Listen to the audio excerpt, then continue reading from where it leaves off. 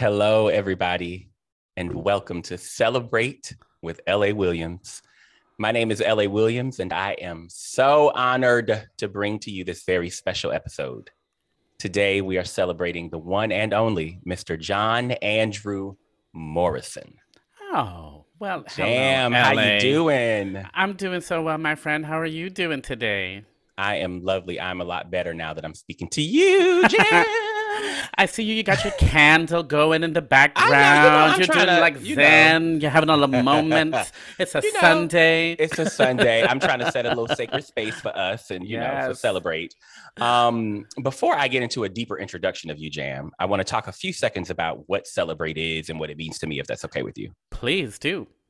So this series is a manifestation of a moment I had when I was a very young theater student at Alabama State University. It was my first semester in school. I had never been in the theater, never seen any shows. And I went over to the building to see a production of a play called Phaedra by John Racine. And it was directed by Professor Dr. Tommy Stewart. And it was one of those experiences where I knew the moment I sat down and the lights went down that my life had been changed. I was bit by the bug. I was like completely overtaken, the whole thing, all the drama. But while watching the show, and must say that I went and saw that same performance back to back 4 times that same weekend, because I was so just sort of taken, right, and swept up. While watching it, I kept thinking, I have to find a way to say thank you to every single person involved in this production. I got to go find these upperclassmen, all the professors, anybody in this program. I got to find them and say thank you to them. Thank you for shifting my insides. Thank you for inspiring me. Thank you for changing my life, because that production was the moment I realized that made me say, I want to be in the theater. Yeah. Cut to, years later, I'm living in New York City. It's 2012, which was now 10 years ago. And I have this sort of divine inspiration. I know, right? I know, right? 10 years know. ago. I have this divine inspiration to turn Celebrate into a platform, an interview platform, where I can sit down with some of those artists whose work has really inspired me and sort of listen to them and find out what were some of the transformative moments in their journey, in their life, that got them to where they are. The moments that really sort of told them like, yes, yes, yes, I can do this. I want to do this. And so that was really the genesis of Celebrate, at ASU. And 2012, I decided to turn it into this. And here we are now in 2022. We're all pulling through this pandemic. We're making it. We're coming to the other side, hopefully. And we're trying to, reopen theater and come back in a stronger, healthier way. And I made a personal commitment last fall to just start going back out and seeing shows and supporting the folks who were on the front lines of this pandemic, the whole nine. Yeah. And as you know, I ended up going to DC to see you and all of our wonderful colleagues in Michael R. Jackson's brilliant and genius A Strange Loop. And y'all blew me away, Jam. Y'all blew me away. Your performance as Thought 4, I believe it is. Thought 4, right? Jam. Jam. I literally can't think about it without having this visceral reaction. Oh, Jam. Oh, Jam. John-Andrew. Oh, my Jam, love. like you. No, friend, my love. I remember sitting in that theater in DC. And I was just like, wow. I was blown away by the entire experience. But Jam, and I've told you this many times, this every time I see you ever since seeing that show, I tell you how much I just enjoyed the way we'll get into it later, but it was just really beautiful and thankful. But I would be remiss if I didn't tell you that I wanted to celebrate you and say thank you to you, not only for your performance in A Strange Loop. Oh God. But also for your incredible, fully embodied, heartbreakingly beautiful and joyful, and joyous performance, Jam, of my favorite character ever written on a page, Guy Jacobs, in Blues for an Alabama Sky by Pearl Clegg and directed by the one and only Mr. L.A. Williams. That was an amazing experience. I mean, and I don't know. I'm probably getting too old in the teeth, but I don't know that I'm done with Guy. You know what I mean?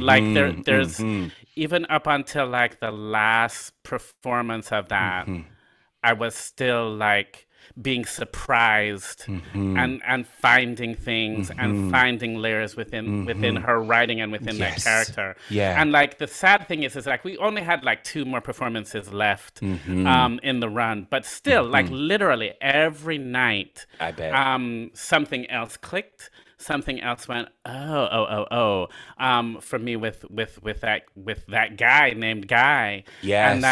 And I would love another whack at it, but like I mean, yes, it has to come within the next couple of years or so. You know what I mean? Exactly. No, I feel the same exact way, and we'll get into a little bit more about Guy later. But I again, I just have to say thank you for both of those incredible performances, and also Jam, thank you. I mean, a lot of people don't know this, but I have known you. I met you probably in my first 6 months of landing in New York City through the great Jerome Parker. Yes, and Jerome. we did some workshop readings of his beautiful piece called House of Dinah or the Black Queens. House of Dinah, yes. With some great, wonderful people like I think it was Mika Jennings and Devere Rogers and Brian Tyree Henry. I mean, we were all up in a room making some stuff happen. Yeah. So thank you for doing that with me a long time ago, and then coming to do blues together. It just has been a beautiful journey. So I'm gonna be thanking you a lot in this conversation. But I want to start off by saying I celebrate you for all of those performances, Jam. You are truly a special, special, gifted artist. Your talent is infectious. Okay. Your talent, your spirit is infectious. You are truly, in my opinion, Jam, one of the most creative and innovative artists that I've come across. You're the only person I know that can turn one word into a whole jingle in 3 seconds, okay? Or a full-on musical number, right? And but not just turn it into a musical number, but a catchy musical number that lasts and stays with you. So listen, I'm gonna be loving on you a whole lot in this hour, but I just wanted to tell you, Jam, I am grateful for you. I thank you. I'm so glad I know you, and this is why I wanted to celebrate you today. Oh, I'm grateful for you, LA, and I'm glad to be chatting with you, and I'm glad I get to not only call you collaborator, but I get to call you friend. Same. And I know that we will be working together again. I hope so, God. I hope so. I hope so. So the way I like to start these interviews off, these Celebrate conversations, is I like to start by celebrating the day you were born. And that question or idea is meant to have you take us back as far as you want us to go, as far as you possibly can, to either your earliest memory, it can be your birth story, or just take us back to young Jam growing up. Tell me just anything you want us to know. Wow. Okay. Well, I was a preemie, so that's the first. That's the first thing. So, I think I wanted to be very much in this world, so I came 2 months early. You know what I mean? I was like, I'm ready. So, I came. I was premature. I think first memories. What I do remember of young Jam. Is that I had a very rich, imaginative life, and I would have several. I have several memories of outside of our house, outside of where we eat. There's a big mango tree, and it's a very climbable mango tree. And I used to like climb up into one of the high branches and just sit. And just kind of like dream and think about whatever, who knows, but just play up in this tree, and breeze is going, and the thing I remember was whatever was happening with this tree. The tree grew, but it never bared fruit. But it was a wonderful tree to go climbing in. So that was a memory of young Jam, and I loved on a Sunday they would play in Jamaica at the time. They would play a lot of the live from Lincoln centers, and so I would just like sit and I'd watch like these operas and I'd watch these ballets and like I couldn't tell you what was going on, but there was something about it that just like made me go, wow, what is that? What is that? What is that? And when I was very young, my mom had already gotten her U.S. citizenship, and so when I was born, I'd gotten a green card, and we started the process for me to be able to do that. And so, as a young child, I had to spend summers in New York. So what I also remember, and what is part of young Jam's story, is actually New York City. So I was in New York, the first blackout in the 70s. I was a young kid. Wow. I remember that vividly in my Aunt Claudia's apartment in Flushing, Queens, and like that happening. I would spend every summer, and we would go and see plays, and I saw The Wiz. I fell asleep during The Wiz. I feel bad, Andre de Shields, but I was like 4. I was like 4 years old, 3 or something. So I don't remember a lot of The Wiz. But yeah, I saw all these plays. I saw Annie and all of these things. And then, you know, you had that moment of seeing a show that made you go, oh my God, that's it. And I got to see Dreamgirls when I was very young on Broadway. And I didn't want to see it because it had girls in the title. And as a young boy, I'm like, I want to see anything about girls.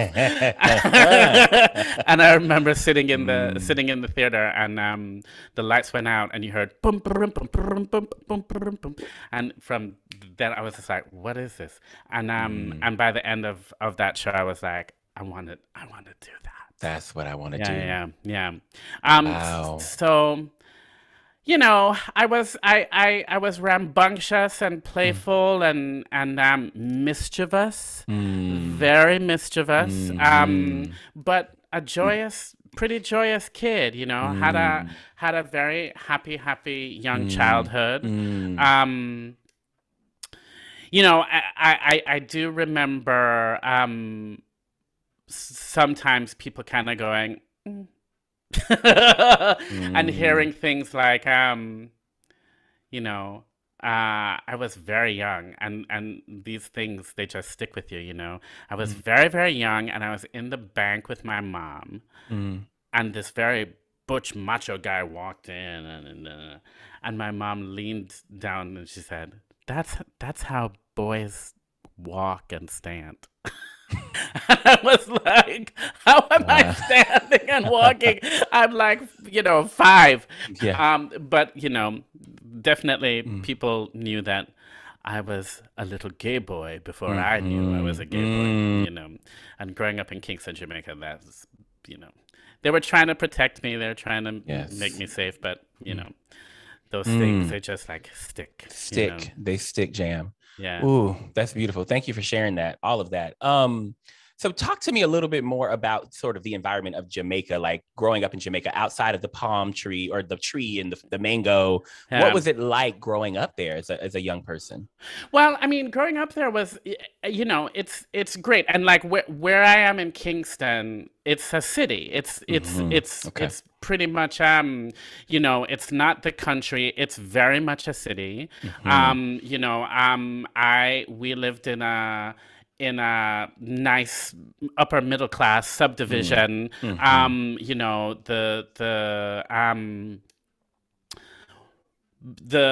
bank executive people and the people who worked in the government and people who owned their own companies and stuff like that. So it was a well-off little subdivision that I lived in a very affluent neighborhood. And you know, so that was it was a experience of a little bit of privilege. There was not anything that I was kind of in want for.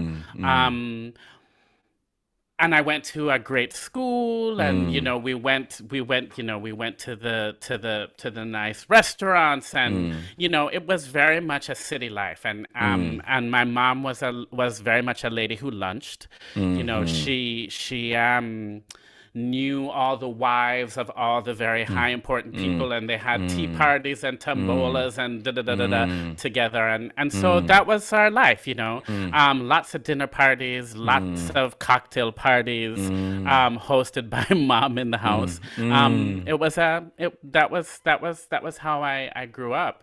But being gay, that was definitely one of those things where you know, you kind of knew when we're told and heard, and all of the messaging that was coming was like, well, that's just wrong, and that makes you.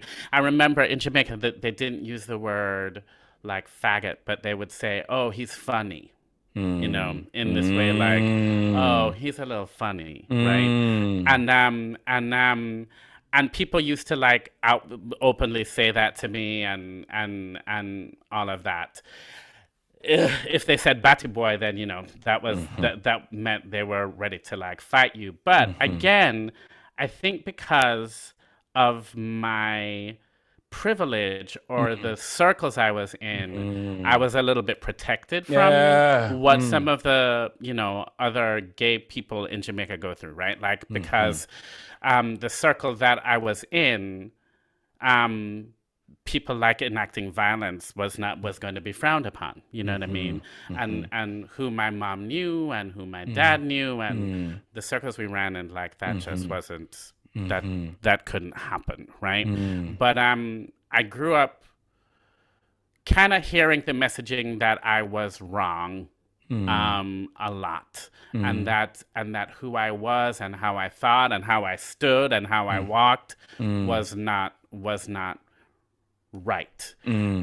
But at the same time, I learned how to be charming. I learned how to engage people in a certain way. I knew how to entertain in a certain way. And there was something about being able to charm people that was safe. You know, I always talk about the fact that, like, I could charm people away from me.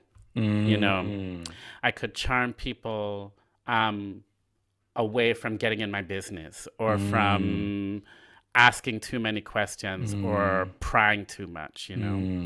And so, yeah, that was Jamaica.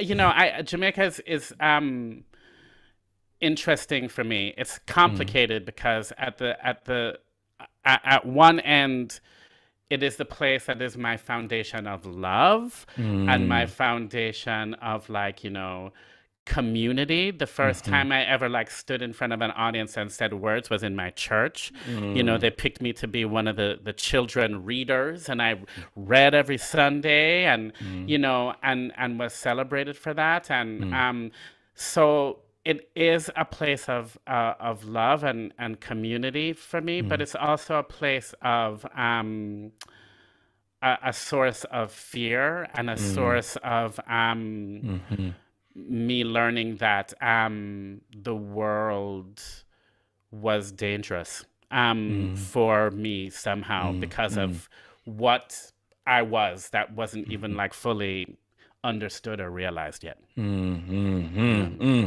So, ooh, Jam, thank you so much for that beautiful depiction of your life in Jamaica. Wow. Oh, yeah, and you're hitting on a lot of things. I appreciate that. Were you the only child, or did you have siblings, or what was the structure of your, like, your nuclear family? So my nuclear family, I like to say I was the surprise. Right. So I have a sister who is 10 years older and one who's 8 years older than me. Oh, okay. Wow. And then I kind of went, I'm here. And I'm here early. And I'm here early. So I really grew up with three moms. Because, yes. Because I had, you know, two older sisters and a mom. And so there were a lot of people going, what are you doing? Why are you doing that? Put that down. Don't do that. Where are you going? What do you? There were a lot of people asking me a lot of questions. Yeah, and then my dad, to this day, still owns his own company, Mm, and he would go off to work every day and go into the country bush, and like I said, my mom was very much mm, it was is a society lady. mm-hmm, She hobnobs with like the prime minister's wife for mm-hmm, this or that, and mm-hmm, mm-hmm. does she represents Yeah, Jamaica at flower yeah, shows, and yeah, it's very yeah, much yes, yeah, she's part of this society and that yeah. society. Like that was very much our life. I love that. Oh, I love Yeah. I can see it. So you mentioned coming back and forth to New York at an early age. How old were you when you started those trips? Oh my And God. was Yeah. it like summertime? Were you there for like the entire summer or? Pretty much all summer long, Mm, until like I think so. I think so. What it was, um, when I was born, I got my green card, and so mhm, the reason I was spending all of these um, summers was we were in the process of me getting my citizenship. And mm, so with the green card, you have to spend a certain amount of time mm, in the U.S. mm, I you know every year, and at the time things were different. They were easier. I'm sure like mhm, the regulations and whatever and all of that were very mhm, different. And mm. so I spent oh my God, I could, so countless summers until I, finally like got my citizenship, Mm. and now I actually carry two passports. I carry a U.S. and a Jamaican passport, and Wow. yeah, I can't even remember when that happened really. Mm, mm. It was so long. It was so long ago. Mm-hmm, I was mm-hmm. I was Yeah, young, but yeah. even after I got my U.S. passport, we would still come up and spend summers. Mm, I went to summer camp and mm, like mm, um, would go into the city. I had a summer friend who was the next door neighbor to my aunt Claudia, mm, Joey, and like mm, Joey and I would just like run all over Queens. Like mm. my aunt would go, "Here's $5." Like I don't even know where half the time where Joey was taking me, but like we would just run Mm. all over Queens. Yeah. Wow. What about that? That's amazing. So when did you know, Jam? And you kind of touched on this earlier, but just for my brain, that like, oh my God, I am an artist or I want to be an artist. I mean, you talked about Dreamgirls, but when did you like first sort of do something in the theater, I guess? Or like, was that in your early years or was that like much later or? It's so funny because my a friend of mine from so the school that I went to in Jamaica, I went from kindergarten all the way through high Mm, school. mm, And so there were like students there who mm, like we knew each other from we were 5 mm-hmm. all the way up, and we know each other to this day. And Yeah. so, the announcement with everything with Broadway came, and this friend of mine, Jillian, was like, I remember when we did Cephas Do Later, in which was like so there's a very famous Jamaican actor named Oliver Samuels, and he's like the Mm, toast of Jamaica, mm, and for some reason they picked our school. We did mm. this like 4-night play with Oliver Samuels when we were like maybe 10 or Mm, something, and I'd mm, totally completely forgotten about it. mm, But there was always something. When did I know? Like I think I just kind of mm,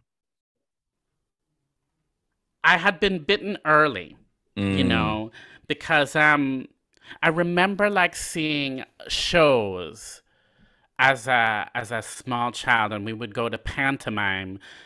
mm, Every Christmas there's like a Jamaican tradition called pantomime, and mm, we would go every year, and I remember someone would walk off stage left, mm. and then they'd come on stage right, and I would go Mm. like, how did that happen? God.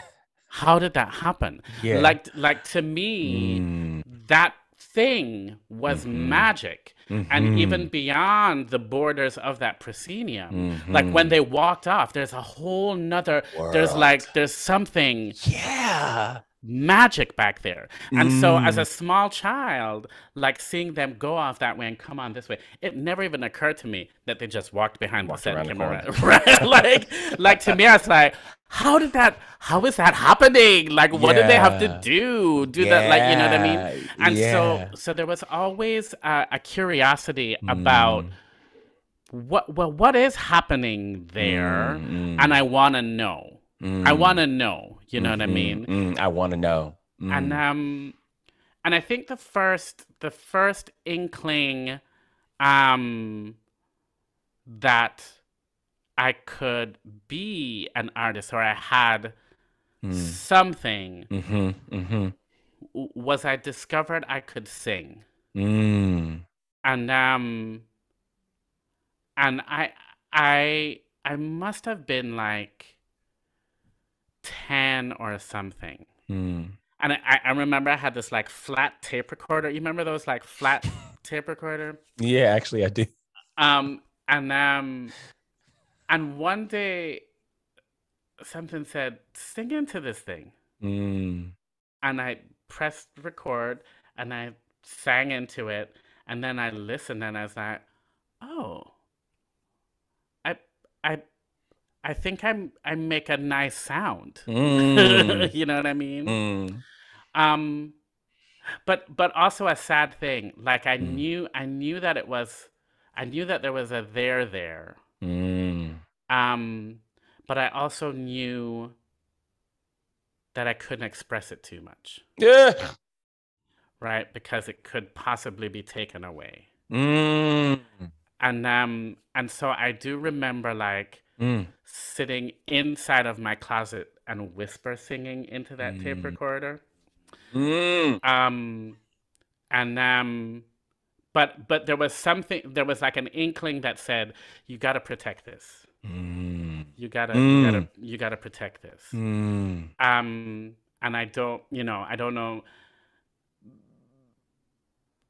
I think because there was such emphasis on being a particular kind of man, and the kind of man that they wanted me to be was not a man who sang. You know, and I do remember, and why I knew to protect it was, I remember vividly, there was a activities day at my school, and like all the boys were playing football or volleyball or whatever. And I remember over in this one corner on the other side, the girls were having a dance class. And I remember like going and standing at the back of the dance class and doing this dance class. And I remember the teacher looking at me like, what are you doing? And then I think she must have like said something to my mom. Because my mom came, she was like, no, you can't do that. That's not for boys. You know? And so I knew when I was like, oh, there's something there. There was an immediate need to make it safe to cover. Yeah, because you knew that you ran the risk of being told that is not for boys. Yeah. Ooh, you know, Jam, that is so beautiful and powerful. And I'm inclined to say to you, I'm so glad. I'm almost curious how you knew, but more importantly, I'm so glad that you knew that you needed to protect that gift. Yeah. There's something I think in that about, I mean, obviously there's something painful about needing to like suppress it and like keep it down, but there's also something beautiful about being able to literally protect it and hold it and keep it. And just thinking about where you are now and how gorgeous and resonant your voice is, literally and figuratively, you know what I mean? So I'm just glad that you didn't lose it. Protecting is one thing, throwing it away or getting rid of it is a whole nother thing. Yeah. You know, so I think that's where my mind is right now. And I'm just so glad. That's very, throwing it away is a whole other thing, isn't it? It's a whole other thing. And like, I could have been convinced to throw it away. Or not even even do anything. Exactly. Yeah. So we'll take the whisper versus like throwing it away completely. Yeah. You know, yeah. That is something else, Jam. Wow. But then I remember, so I also remember these amazing people came into my life, the Stevensons. My friend Martin came to my school, and him and his family were involved with this thing called Jamaica Musical Theater Company, JMTC. And we became really tight friends really quickly. And he said, "Oh, they're doing Grease, and we need a stage crew." And for whatever reason, all of like the cool kids in my school, all of the male cool kids in my school were somehow involved with it. And I'm like, how did they know about this? Like, what is happening? And so, and a part of me was like, I could sing that better than that. Like, but anyway, I was a part of this crew. And I kind of loved it. Like, and I remember my mom was like, "Oh my God, I don't want to drive you to another event." And like, Martin and the Stevensons are like, "Well, we live on the way. We'll pick him up and take him." And so they picked me up and took me to rehearsal and all of that stuff. And the next year it was a Wizard of Oz, and I went and I auditioned. Oh my God, I wanted to audition. I ended up auditioning, but I remember my mom was away for some reason. I can't remember. I think my sister was about to get married, and my sister was living in the States at the time, and I think my mom was up with her doing some wedding stuff, and so it was just me and my dad, and the auditions for JMTC's Wizard of Oz was coming, and I went, "Dad, the auditions are coming," and he's like, "No, you're not gonna do that," and I just was devastated because I wanted to do it. And I don't know where I got this courage from. And luckily, my dad was never like a violent man, but he's stern. And like when he says something, that's the word. Yeah. But I don't know where I got this gumption from. But 4 a.m. that morning, I went into the room and I woke him up and I was like, "Dad, I have to audition, please. I have to audition. I want to audition for this thing. And the Stevensons can take me and da-da-da-da-da." And I think just so he could go back to sleep, he was like, "Fine." Okay, child. Go. Just go. Fine. And so the first time being in a big show and all of that was with JMTC, and I met like probably one of my best friends, Jody Holong, and to this day we're like great friends. And I love that, Jam. What happened for you after high school? What did you do? Did you go to college, or did you stick around home, or what did you do? Yeah. So in Jamaica it's a form system. So I actually graduated when I was 15. I graduated when I was in fifth form. Okay. And I wasn't sure if I was going to do the 2 years of sixth form. Okay. So that's usually how it goes. So I ended up like working in my dad's office for a little bit, and then I decided to go to college, and then I went to this place, Fairleigh Dickinson, for just like a semester. But I enrolled at Brandeis at Brandeis University, and that was where I, spent my 4 years. And the thing that was interesting about that was I told my parents that I was going there to study law. To this day, I've never made a law class. To this day, I've not stepped into the... But what even is that? Yeah. But they were like, "Oh, well, that's good. You can go and study to be a lawyer. Wonderful." And not one law class. Meanwhile, you rolling around in the black box. Taking dance classes, singing, doing it all. I love it. Yeah, so they do that like freshman week or whatever, and they had Mm. the thing, oh, freshman audition for the Mhm. musical, the theater department musical this year. And Brandeis, they did a musical every other year, and my Mhm. freshman year, they just happened to be doing all the Mm. musicals. They were doing Mhm. a undergraduate musical and a graduate school Nice. musical, and Mm. so I auditioned Mm. and I got in. Mm. And I remember I didn't know what a headshot was. Right. I didn't know, you know None what I of it. mean? Yeah. I couldn't tell you what I sang. I might have got in there and sang like happy birthday. I don't even, you know what I mean? Yep, I Um do. I didn't know anything from really a hill of beans about all of Mm. that. But I remember Mm.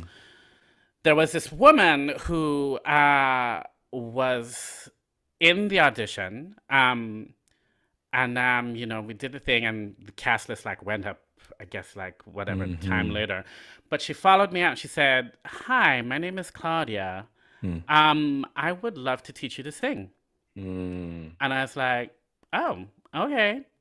And she became my first voice teacher, and Mm. she was like, "Oh, there's a voice there. Mm. Let me show you how to use this voice, Mm. and Mm. let me show you what you can do with this voice." And Mm. so, the next 4 years was all day theater, every day, every way, in every possible way. I almost In failed out every of possible way. Brandeis.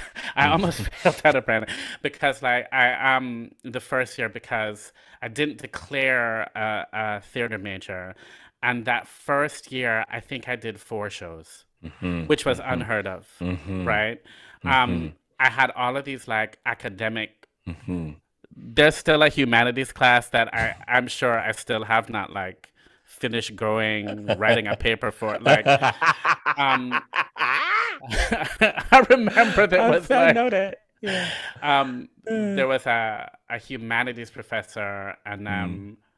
I went to like his first class, and I remember one day I was like in the supermarket picking up things, and all I hear is like Morrison, and I turn around and it was the professor. He's like, "You don't come to my class?" I was like, "Oh, right. There's this other thing called class that I have to Called go and class. do." I know, right? I know, right? That's the thing about the theater. That's the thing about the theater. Even from the very beginning, it takes your whole life away, Yeah, doesn't it? Like yeah, you forget that there is a whole other thing in life yeah, called life. yeah, yeah.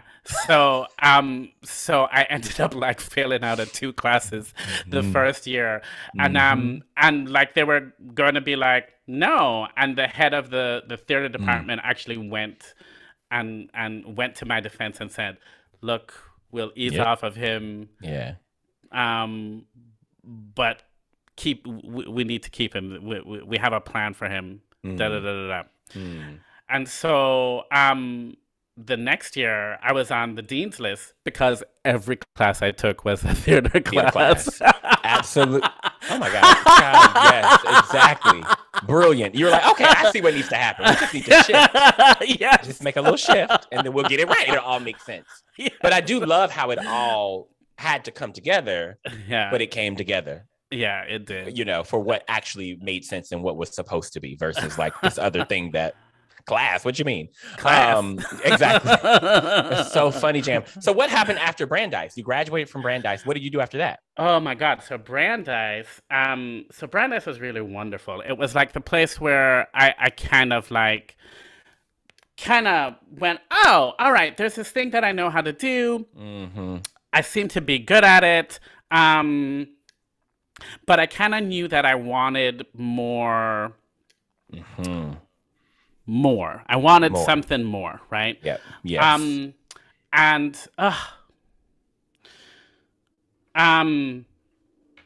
so you have these moments where you meet people and people come into your life and they kind of change your life. And one of the things that I started doing when I was at Brandeis was I was auditioning for stuff around the Boston area. So I ended up like working professionally. I did like a speakeasy stage show, and There are all these like little small professional theater companies around Boston, but the two big ones, of course, are ART and Huntington. Yeah. And I had auditioned for the show right around graduation that was being done at ART.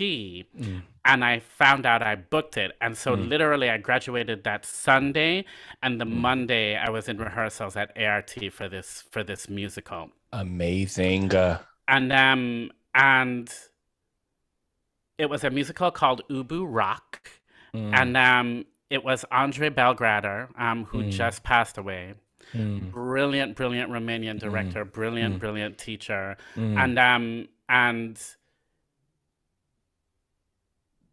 And it was the most amazing experience I'd had up until that time. I was in a space with like brilliant actors, and I met the man that I kind of aspire to be as an actor. There was an actor there named Tommy Dara, and he passed a few years back. But Tommy was the one who made me go, character actors are where it's at, baby. You know, character actors are the ones who are having all the fun, and we get to do all of the things.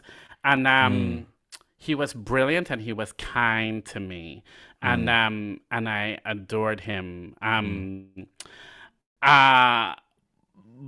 But doing the show, Andre Belgrader was teaching at UCSD. And I was like, this guy is genius. And he had brought about maybe 4 or 5 recent UCSD grads with him to be in this show. And his assistant director was a UCSD grad director who was still in the program. She had like 1 or 2 more years left in the program. And so I kind of was like, oh, all of these actors are very, very individual, but they're very good in very different ways. I think I want to go wherever these guys are going. And so because of Andre and because of those UCSD actors, I ended up getting into UCSD. I auditioned and got called back for that afternoon, and did the audition, and they offered me a spot right there.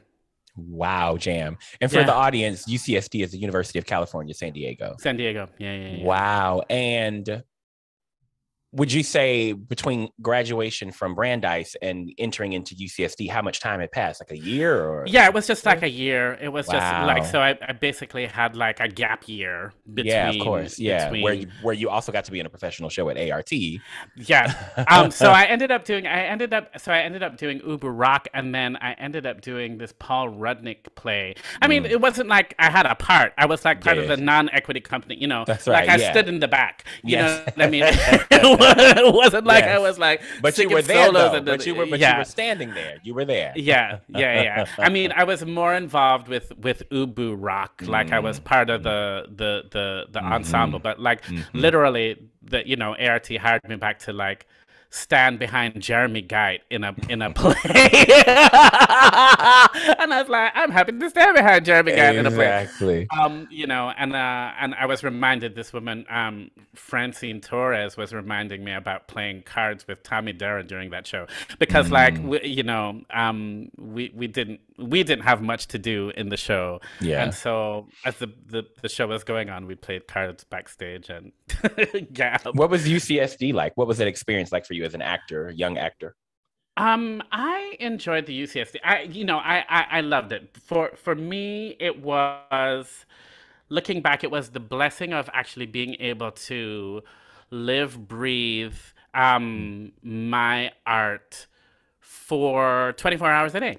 You know what I mean? Like you literally came in at like 8 in the morning, and you did dynamics, and then you started with your movement class, and you did your acting class, and you did whatever. You had a break, and then you went into rehearsals for the evening shows. And so you literally were going morning to night, acting morning to night. And then there is a cabaret space also at UCSD. So there were times when I was actually doing all of that and like either performing or rehearsing in two separate shows, right? Mm-hmm. So you would do your main stage show, and then like at midnight you'd go to the cabaret space and you'd be in Fences until like 2 in the morning. You know what I mean? Exactly. Yes. You know, it would start at midnight, and we're gonna go do Fences at midnight. Okay, we're doing Fences at midnight, and you know the 30-seat theater that it was like packed. People came to see us do Fences at midnight. So I love that I got to live, breathe my art and my craft for that amount of time, and it was really empowering. I learned craft, so that was the first thing. Like I learned how to make something repeatable. I learned a system that allowed me to ask the right questions to build a character. I learned how to be present. And then in the second year, when we got into classics, I thank this man every day in every way. But there was an acting teacher there named Jim Winker, who was our classics teacher. And it was the first time that I'd ever had an acting class that was taught by an actor and not taught by a director. And here's the difference that happens, right? And both things are very necessary. When I was doing acting classes that were taught by a director, what I was learning how to do was take direction. I was learning how to take direction, synthesize that direction, and then go, okay, this is what you're looking for. Jim Winker, our very first class, said, I'm going to make you a director-proof actor. And we were all like, what does that mean? He's like, no, it doesn't mean that it means that you're going to be the kind of actor that the director is going to want to have in the room, because you're going to be able to make choices. You're going to make his job easier. You're going to be able to make full, rich choices. And they're not going to have to worry about you. Yeah, exactly. And I was like, oh, okay. And so, pardon me, let me have a sip of water. Of course, please do it. Talking so much. How much time do we have left? I know, right? Let me see.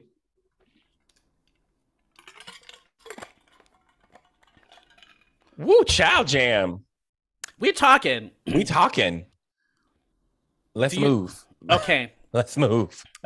Okay. So it was great in that you talking. I'm listening. You talking. I'm sorry. Don't be sorry. This is why I was like, why is my throat dry? My timer. You chat too much. But that was an empowering class, you know, where I got like the tennis ball speech from Henry V to work on, and read it and then sitting in the class and him going, okay, well, what do you want to do with it? And like having to go, oh wait, I actually get to make a choice and craft something and then have to fill it and make it work. And like you're supporting me in doing that rather than like going, okay, what would you like now? Ooh, you know what I mean? That's so good. Yes, I do know. And so he was a very valuable teacher because like I think I've worked with the same directors a couple times because of that. You know what I mean? Yes, absolutely. Because they go, oh, I can just let you do what you do. Yes, right. You know what I mean? Oh, that's the best. And then they'll go, ooh, give me a little bit more of that. Yes. Oh, wait, can we? Can you switch? Yes. Like walking in with something to give the director, rather than like, you know, just emptiness. Just I'm empty. Fill me up. That's awesome. When did you get to New York? What was your entry into New York? Did you come straight here after grad school? And what was that experience like? Wow. Oh, it was terrible. I didn't get an agent. At the time, showcases, you would put your stack of resumes out and people would take your resumes. And both the LA showcase and the New York showcase, I went back home with my full stack of resumes. So, like, Oh. nobody was interested. And so, my entry into New York was rough. I ended up, Mm, I did work with an agent who kind of like pulled a Me Too situation on me, and that was like, mm, oh my God. mm, And so a friend of mine from Brandeis actually introduced me to this guy, George Ferentz, at La mhm, Mama. mhm, And God bless George Ferentz, because like mhm, if it hadn't been for George Ferentz, I would not be here today. mhm, mhm, That man, mm, mm, that man was my mentor. That man mm, was my director, my mm, friend, mm, and my champion, really. mm, mm, mm, And mm. so the only reason I'm acting today in New York is because of George. Thank you, George. George, we Yeah, celebrate you. We love you and thank you. yeah. I mean, that's so real. Jam. All right, let's skip to you know, New York. You're in New York, the first few years are rough. Thank God for George. Um,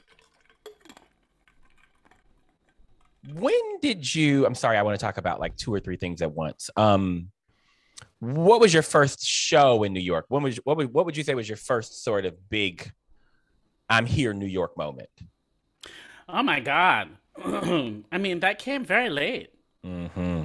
Like, I Mm-hmm. mean, Mm-hmm. that you're saying like that when New York went, oh, who are you? Or when you felt like I have arrived in New York doing the thing that I came here to do. What was that moment for you? I mean, so I think Playwrights Horizons and doing Strange Loop was kind of Mm-hmm. like Mm-hmm. the thing that was like, oh, New York in this way. Yes. I had worked the independent theater Mm-hmm. scene for Mm-hmm. so long and worked Mm-hmm. so many Mm-hmm. showcases and Mm-hmm. done all of these shows and Mm-hmm. worked for Mm-hmm. Metro Cards for such a long Mm-hmm. time, Mm-hmm. that yeah, and then friends of mine were like working at places like Playwrights or the Public or and they were Mm-hmm. in like a loop of casting directors and whatever Mm-hmm. that seemed to somehow. And I chose the route. Mm-hmm. I had a day job. I Mm-hmm. was working for an oil and energy company. I was Mm-hmm. doing all of these other things and then Mm-hmm. rehearsing at night. Mm-hmm. And and so I did a lot of great stuff, Mm-hmm. but none of it allowed me to like get health insurance. Mm-hmm. Not a lot of it was like getting reviewed by the New Mm-hmm. York Times. Mm-hmm. Not a lot of it was being seen by Mm-hmm. important people. And Mm-hmm. so I love my independent Mm-hmm. theater days, but what I now realize, and this is a truth for me, was that my independent theater off Broadway career was really building an independent theater off Broadway career. And I Mm-hmm. had to make a Mm-hmm. decision at some point in time to no longer do a showcase, Mm-hmm. to no Mm-hmm. longer work Mm-hmm. certain contracts. And Mm-hmm. then and that was scary because I didn't Mm-hmm. then work for a Mm-hmm. while Mm-hmm. because the people that control those gates or control were like, who are you? We don't know you. And I'm like, I've been here.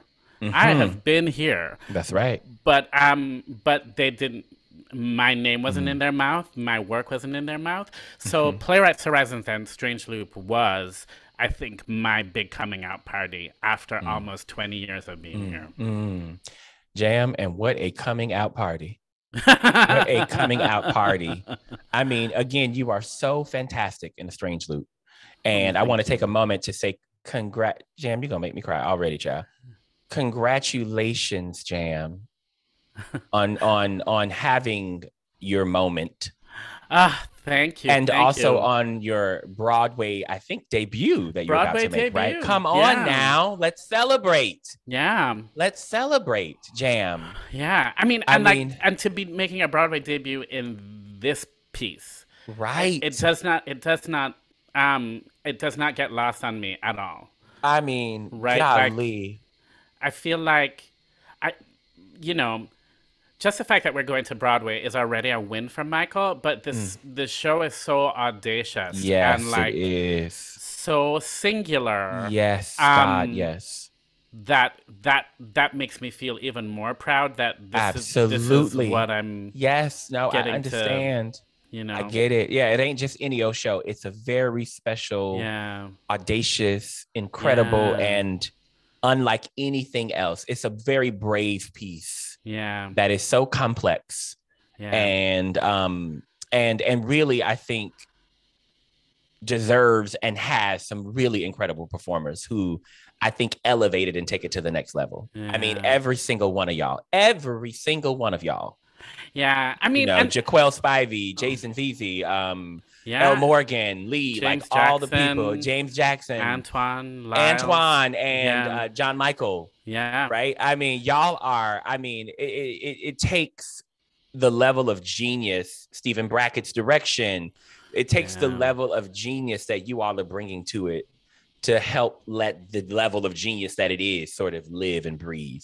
Yeah. And Yeah. I mean, you know, it ain't lost on me what's happening all around that Yeah. show. And Raja Feather Kelly And is Raja, also like, oh my God, absolutely. because like Every it's single thing. subtle, but the movement is so Oh my God, powerful. Yeah, it's so great. brilliant. Yeah. Yeah. So that's amazing and congratulations. And I just wanted to make sure we made a moment of like celebration and congratulations for your Broadway debut, especially Yes, because you've had such a long epic journey. And you say, well, we're still talking. It's because you had a long, beautiful journey, Oof. you know, and you know you're carefully reliving and talking us through it. So congratulations, Jam. You absolutely deserve. And that was one of the big reasons why I wanted to have you on, was to say you deserve, you've earned. Because remember, like I said at the top, I met you way back in the Independent when we were doing showcases. That's right? what I'm saying. Like I've been here. It's not like you know, the certain powers that be or certain casting directors. Like there is gold in their off-Broadway shows. I mean, that's right. It might not look the way you need it to look or whatever, but there is gold. And so you know, when people say that they can't find things or I'm like, it's happening. It's happening. It's happening. You know, it's happening uptown. Like, go see something at High Arts. Go down to the gym. Right. Like, I mean, come on. There's, High Arts. Yes. You know, there's like, they're performers. There is so much talent. Here. There's so much talent. Yeah. Absolutely. Let's talk 2 seconds about Blues for an Alabama Sky. I mean, and they're really all I just want to say is thank you again. Yeah, your performance of Guy was absolutely incredible. Damn, like, and that means a lot to me personally, because Guy is the one character that I've ever auditioned to try to play. Yeah. This was way back somewhere in my journey. And of course, I know that like I am not an actor, I am a director. And so the fact that you again said yes to being in my production that I worked so hard to get and to bring to New York was first of all an honor, because I had met you and I loved you and your audition was perfect and all the things.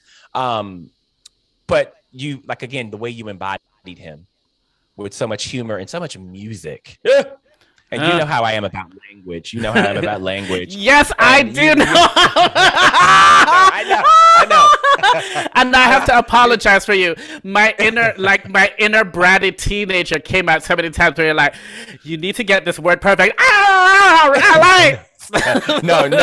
I loved it. I really did. That entire experience of directing you and that entire cast and really that all was the a shows good that cast. It was a really good cast. I felt very proud of everything we all had done. But it was an honor to direct you and to even with those moments, because it taught me so much as a director, and I always felt the love, but I also felt you being like LA. And I was like, Jam. but what we came up with in the end was so beautiful. It really was. And I thought you're a guy. And, you know, listening to your story right now, Jam, just listening to you talk through this, so again, this epic journey of yours, it makes so much sense why your guy was filled and full of joy that you talk about from this childhood you had, right? And heart and humor and music. Yeah.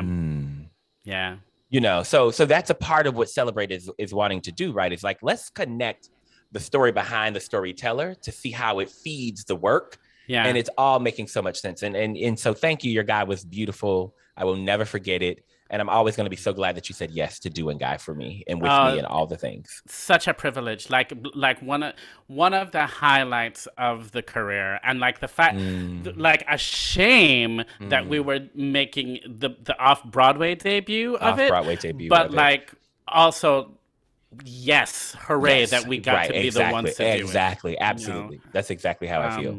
So that's exactly how I feel. Okay, we're going on the home stretch here. I do want to just make a little moment for lightheartedness, and just ask you some cute little questions about whatever. And how about this? Let's celebrate a win, and let's celebrate a loss. Okay. It could be, they can be big or small, but just in the spirit of you celebrating with me and us celebrating together, let's just tease out a win in your journey. It can be anything, big or small, and a loss or something that you considered that wasn't a win, but is still worthy of celebration. I mean, anything Strange Loop is a win. And I think just the fact that I get to sing periodically on a Broadway stage, even if it's just once, that's a win. Yes, God. Yes, God.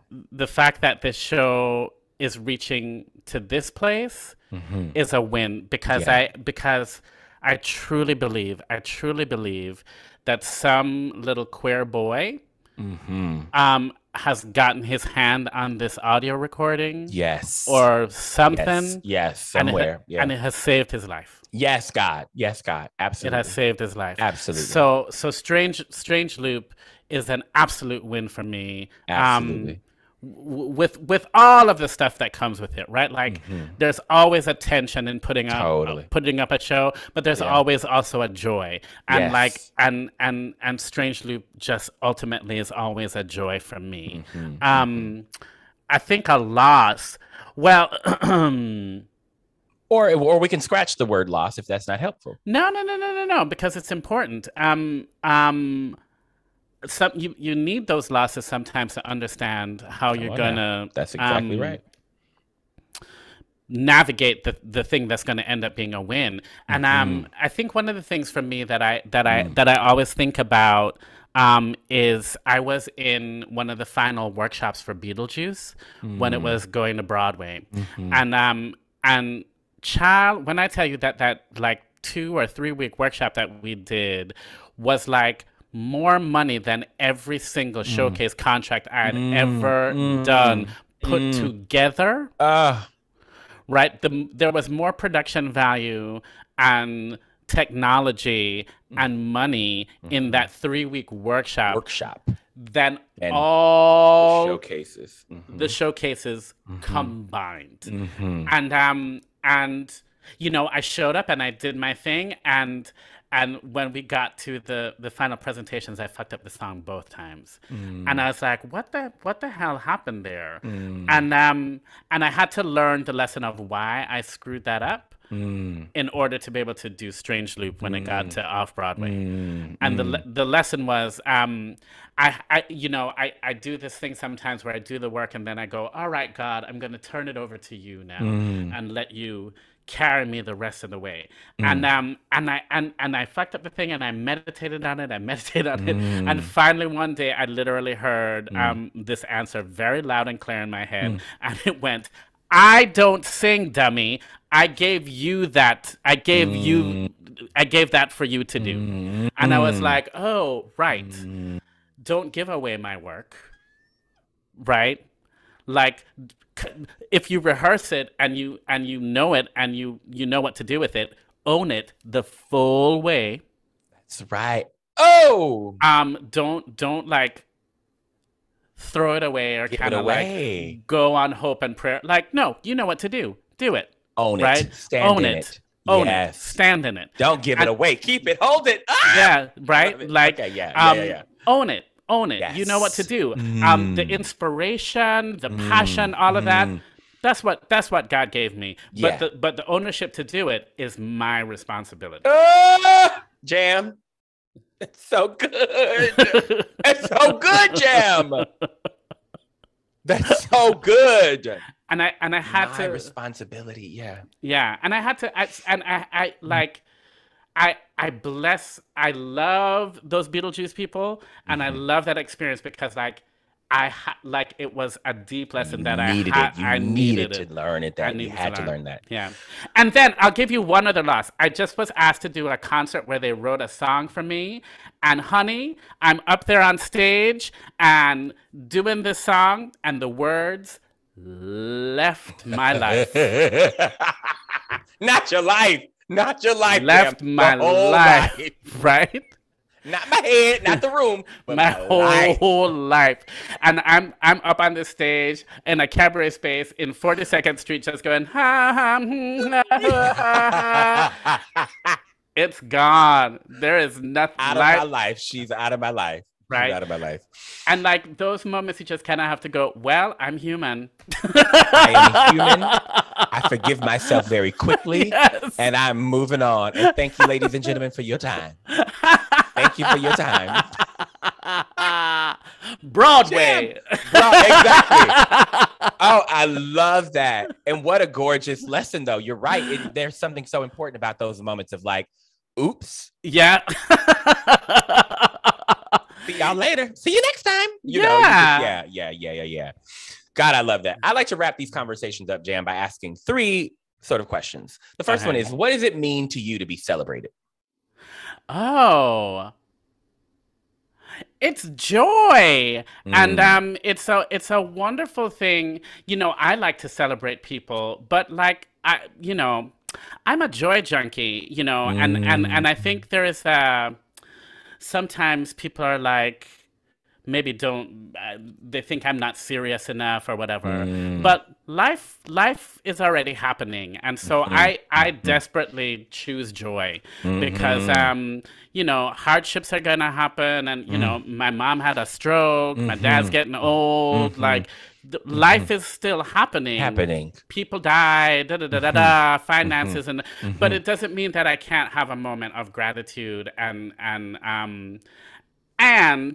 receiving someone celebrating you is just as important as celebrating other people. Like going, all right, I will receive this love. I will receive this spirit and this joy with which you're sharing with me, and I'll own it, and I'll cherish it, and I'll honor it, right? Like it's almost encouragement to go, oh, all right, I'll continue to do what I'm doing, and I'll continue to try and do my best with it. Thank you.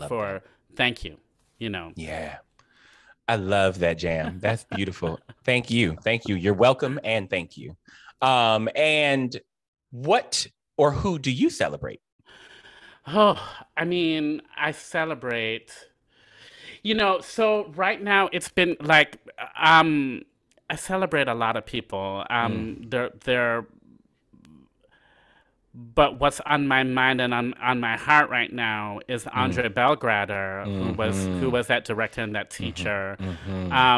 He's been in my mind and in my heart, and I guess I want to celebrate my teachers and my mentors because George Ference died recently, and these 2 men, George was so important to me in that he would say to me always, "You can do anything."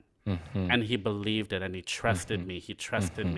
And Andre Belgrader, who to this day is in my head as an acting teacher, who would say things like, "Don't make it so precious." Don't make it so precious. What if it was easy? Like those moments when I would like, he's like, what if you decided it was easy? Yeah. And like, and he would say things like, when you step on stage, just say, "I'm brilliant." When you get off stage, you can go, "I'm crap." But when you're on stage, go, "I'm brilliant. Yeah. And just, there are all of these little, he would say, "Don't masturbate on stage. Fuck us." Right? And what I understand that to mean was like, nobody cares what you're doing or feeling. What are you doing to us? What are you making us feel in the audience? That's good. You know That's what I mean? good. And so like Don't be that, selfish. Yeah. you know, Yeah. it when you're on there, it's not just about me. It's about this. It's about that. Include us. You know, Yeah. like make us care about us, make us be a part of it, Yeah. and bring us Yeah. into the journey. And so I hear him a lot. So I guess that's who I'm celebrating right now. Is my teachers and my mentors. I'm sorry I'm so long-winded. My it's apologies. okay. No, I love it. This is your party. I'm celebrating you. But when you look at the time of this, don't blame me. No. It's like 2 hours, isn't it? Lord have No, mercy. it's not. No, it's not. It's perfect. I promise it's going to be perfect. And finally, what do you do to celebrate you? What do I do to celebrate me? I mean,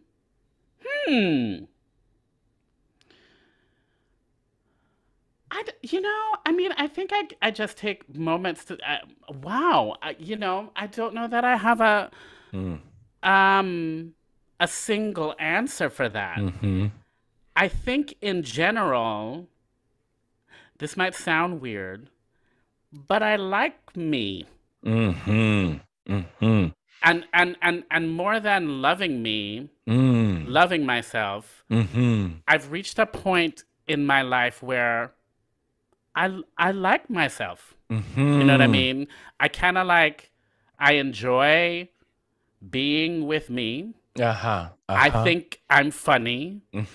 I think I'm vibrant and wonderful to hang out with. And so there, I hang out with myself a lot. Yes. And I just, but it has taken work. It has taken work to reach a point where I'm like, oh, I love the skin that I'm in. I love the being that I'm in. I love the energy that I have.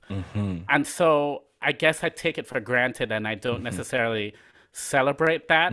So you've reminded me that I need to go figure out a way to celebrate that every day, every week. But like in general, I like my being. I love who I am. I love where I am. I love how I am with other people. I love how I am with myself. And in general, I kind of like, I dig myself. I like myself. I love that. I can relate to that so much. Very well said, my friend. Very well said.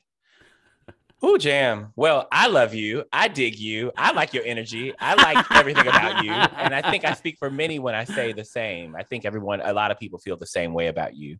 Thank you for being a light, John-Andrew. Thank you for being the embodiment of joy. Well, and thank you, fun and, talent. Oh, we are so happy for you, Jam. We are so happy for you. And I pray that you throughout the journey of this beautiful run that you all are going to have, I pray that you feel that love and those positive vibrations. I hope that you feel that. I hope all of y'all feel that. And again, Jam, thank you from me personally. Thank you for doing this, for sitting down with me on your Sunday. Right. And letting me just gush all over you and love on you. And to be giving me the opportunity to say thank you. Oh, no problem. And we gotta have a dinner again together soon. Do. Yes. It was great spending Thanksgiving with you. I know. It was so good. And we gotta, we'll do a reading or a play or something. We'll do something. I know you got a musical in you. You keep saying it. You know I do. I got actually a couple. So yeah, absolutely. Thank you, Jam. I love you so much. I love you too. Talk to you soon. All Have right. a great day. All right. Bye. All right. Bye.